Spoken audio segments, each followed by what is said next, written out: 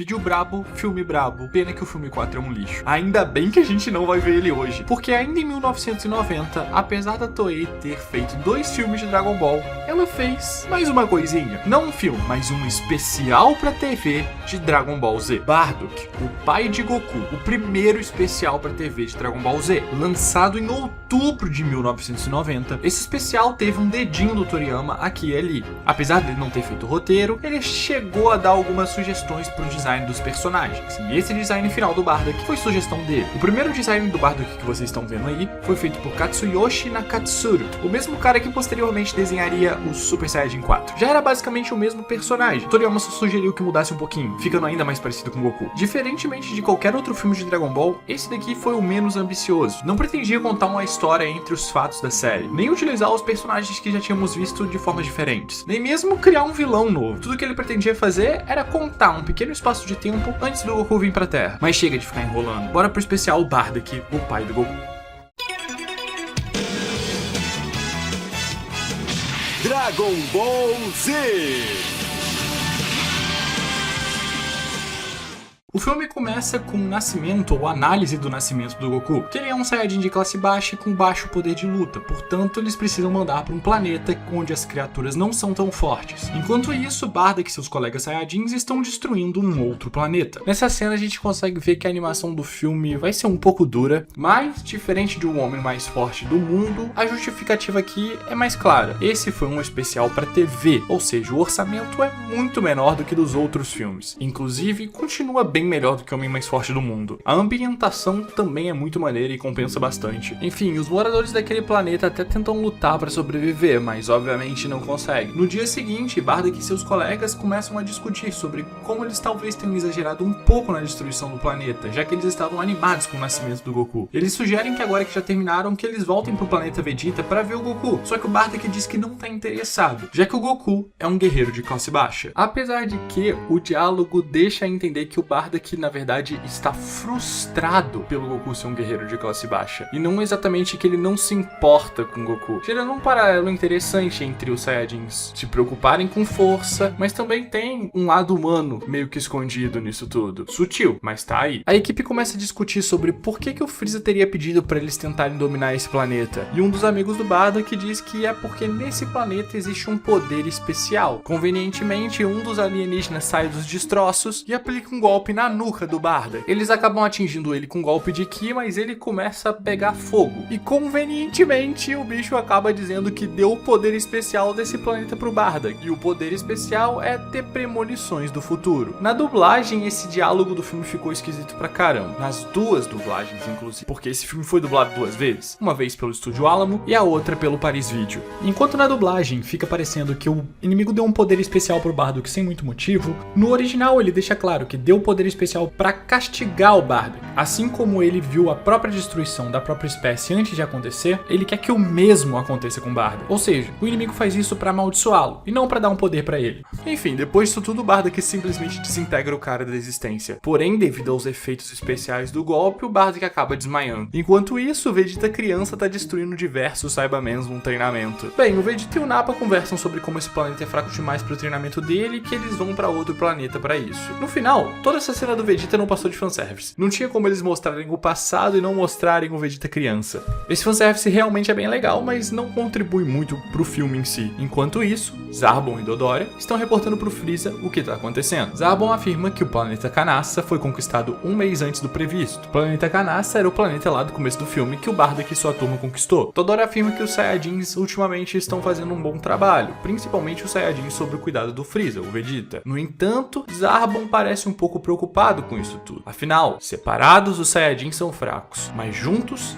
eles formam uma força que pode ameaçar o Império do Freeza. Parece que alguém tem medo da revolução do proletariado Saiyajin. Freeza também conclui que eles se tornarão um problema no futuro. O Vegeta chega pra avisar o Freeza que vai pra outro planeta, o Zarbon esculacha ele, mas o Freeza puxa o saco do Vegeta um pouquinho, o nível mais básico de manipulação. Após se passarem alguns dias, Bardock parece completamente curado. Mesmo sendo um Saiyajin de classe baixa, o seu corpo aumentou muito de poder, chegando perto dos 10.000 de poder de luta. Mas de fato tem alguma coisa errada com as ondas cerebrais cerebrais do Bardock. O choro do Goku dá início às premonições do Bardock, fazendo com que ele comece a acordar, mas também comece a ter visões sobre como vai ser a vinda do Goku pra Terra e sobre a destruição do planeta Vegeta. Assim que o Bardock se levanta, ele se pergunta onde é que seus amigos foram e vai correndo em direção ao planeta que eles foram destruir. Mas enquanto corre em direção ao planeta, ele escuta o choro do Goku, o mesmo choro com o qual ele tinha sonhado. Então ele para observar o próprio filho. Como o Bardock havia acabado de sonhar com o choro do Goku antes dele acontecer, ele começa a perceber que os sonhos são reais e as premonições começam a o incomodar. Assim, só fazendo uma observação, eu acho interessante essa abordagem de ter dado premonições ao Bardock e toda essa coisa dele conseguir ver o futuro do Goku e isso fazer ele mudar, mas ao mesmo tempo isso é uma das coisas que eu menos gosto desse filme. Eu acho que ele ganha as premonições de uma maneira muito conveniente e essa é a parte mais esquisita do filme, assim, de longe, apesar de não ser impossível, já que o próprio Goku também tem premonições durante vários arcos. Mas enfim, de volta pro enredo do filme. Enquanto isso, no planeta Meat, Dodoro e outros soldados do Freeza estão atacando os Saiyajins amigos do Bardock. Um dos amigos do Bardock parece ter se mantido vivo, e enquanto apanha ele pergunta por que o Dodoro tá fazendo isso. O Dodoro dá com a língua nos dentes e diz que foi o Freeza que mandou. Enfim, o Bardock chega no planeta, mas acaba encontrando todos os seus amigos mortos. No entanto, Toma ainda está consciente, e com as suas últimas palavras, Toma diz que o Freeza traiu os Saiyajins. Portanto, o Bardock deve voltar ao planeta Vegeta e se rebelar contra Freeza. Vamos falar da subjetividade desse filme por um segundo. É muito interessante como o filme constrói a relação dos Saiyajins. Eles são brutos, violentos e não necessariamente demonstram amizade como deveriam. No entanto, quando o Bardock se fere, seus amigos demonstram preocupação. Por sua vez, quando o Bardock acorda, ele se demonstra empolgado para encontrar com seus amigos. Os mesmos pareciam empolgados com o nascimento de Goku, filho do Bardock, mostrando que eles têm um laço. Mesmo que esse laço não seja muito composto por palavras ou diálogos profundos, nós conseguimos sentir que Bardock se importava com seus amigos e seus amigos se importavam com ele. Então essa cena onde Toma morre nos braços de Bardock é realmente muito interessante e simbólica. E uma das melhores cenas do filme, principalmente agora quando Bardock tira a faixa do braço do Toma, limpa o sangue do seu amigo e aos poucos a faixa começa a ficar vermelha com o próprio sangue. Com poucas palavras e poucos olhares a gente já compra os sentimentos do Bardock. A direção desse filme é realmente muito boa. Os soldados do Freeza que mataram os amigos do Bardock acabam aparecendo. Então Bardock pega a faixa, amarra em sua testa e parte pra cima deles. A luta começa e ela é muito maneira. Bardock começa a utilizar de estratégias para eliminar os soldados de 1 a 1. E lembre-se, lá no começo do filme ele tinha ganhado mais poder, ele tinha atingido 10.000 de poder de luta. Mas não é só o poder que leva ele longe aqui. Bardock acaba utilizando de estratégias para lidar com os inimigos. E de uma certa forma, também é um jeito do filme esconder o fato de que a animação dele é um pouquinho mais barata. As cenas de ação e luta não são nem perto da fluidez dos outros filmes, mas isso não importa, porque deram um jeito das cenas de ação aqui serem tão maneiras quanto. Porém, no meio da luta, Bardock tem uma visão do Goku, utilizando o Kaioken, e acaba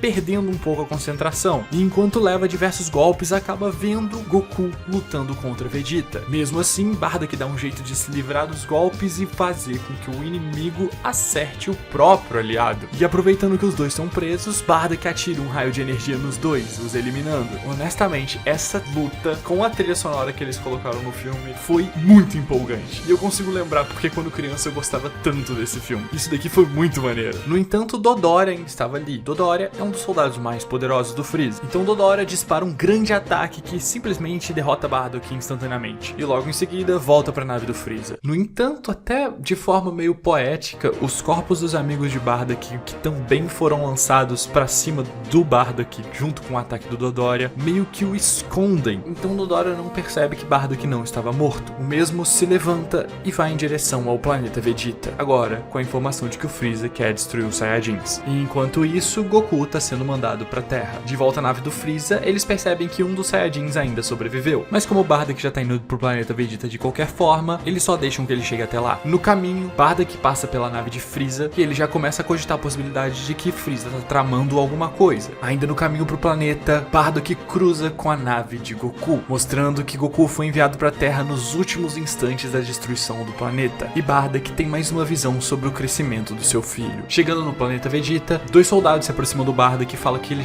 quase chegou a tempo de ver o seu filho ser mandado para a Terra. Então Bardock pesca, ele viu a Terra nas suas visões, o que quer dizer que ele realmente está vendo o futuro. Então Bardock conclui, a premonição que ele teve sobre a destruição do planeta Vegeta é verdade, e é isso que o Freeza tá tramando. Bardock se arrasta como pode até chegar no meio de uma multidão de Saiyajins. O que o impede de cair inconsciente são suas próprias premonições. E cara, como essa cena é tensa. A gente vê lentamente a nave do Freeza se aproximando, enquanto o Bardock se arrasta para tentar chegar no meio de uma multidão com alguém que ele possa falar o que vai acontecer. É como se cada segundo contasse, e realmente deixa a gente apreensivo. Ainda mais considerando que quando estávamos assistindo isso aqui, já sabíamos que o planeta seria destruído. E parecia que os roteiristas do filme usaram isso ao seu favor para criar pra gente uma tensão iminente. Bardock chega até uma cantina e começa a contar pra eles como seus amigos foram destruídos e como Freeza planeja destruir o planeta Vegeta. No entanto, todos o ridicularizam, ninguém acredita nele. Frustrado e desesperado, Bardock corre pra tentar enfrentar Freeza sozinho, já que ninguém quer ir com ele. No meio do caminho, Bardock tem uma premonição. Ele está em Namekusei e ele vê Freeza frente a frente com Goku. Curiosidade foda, quando esse filme saiu, o Goku ainda não tinha exatamente encontrado com o Freeza no mangá. Faltava pouco pra isso acontecer, mas ainda não tinha acontecido. De volta à realidade, Bardock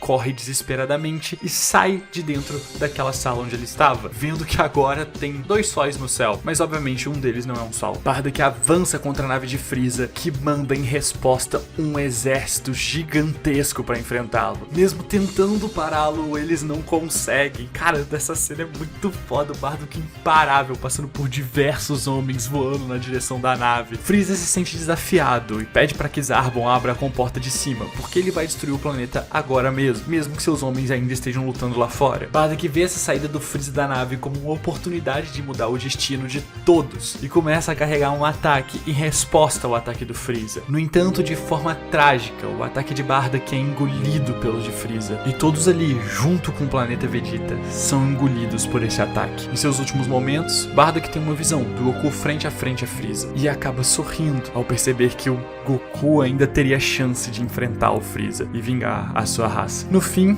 o destino não foi mudado. O planeta é tragicamente destruído, e enquanto Goku vai para a Terra, ouvimos os últimos desejos de Bardock, de que ele vai ter que vingar o planeta Vegeta, e a faixa que estava em sua cabeça passa por trás da nave do Goku. Enquanto isso, Vegeta recebe a notícia de que o planeta foi destruído por um fenômeno natural, e vemos a chegada do Goku na Terra, e ele sendo adotado pelo vovô Gohan. E o filme termina com o vovô Gohan nomeando o Kakaroto de Goku, dando pra gente um toquezinho de esperança no final. Honestamente, esse filme é muito foda. Eu lembrava o quão bom era esse filme porque eu assisti ele diversas vezes quando criança. Apesar do roteiro ser simples e não se propor a ser algo grande demais, é exatamente isso que faz ele ser tão bom. A relação do Bardock com os amigos dele é super bem construída, mesmo que tenha sido pouco construída. As cenas de ação, mesmo que não sejam tão bem animadas, foram muito bem pensadas e planejadas para ser empolgantes. E a ambientação do filme e conseguir ver o cenário do planeta Saiyajin é uma puta de uma expansão de mundo. E é assim que se faz um filme. Você adiciona elementos que não tem nenhum tipo de interferência na história original. Você só acrescenta fatos, fazendo com que tudo caiba muito perfeitamente na cronologia e sirva pra gente construir uma espécie de afeto com aquele mundo. Já que esse filme não interferia em nada na cronologia e foi tão bom, o Toriyama quis acrescentar ele no mangá. A verdade é, quando esse filme saiu, o Goku e o Freeza ainda não tinham se encontrado no mangá. Por isso mesmo que nas cenas que eles se encontram aqui no filme, o Freeza tá na primeira forma, porque os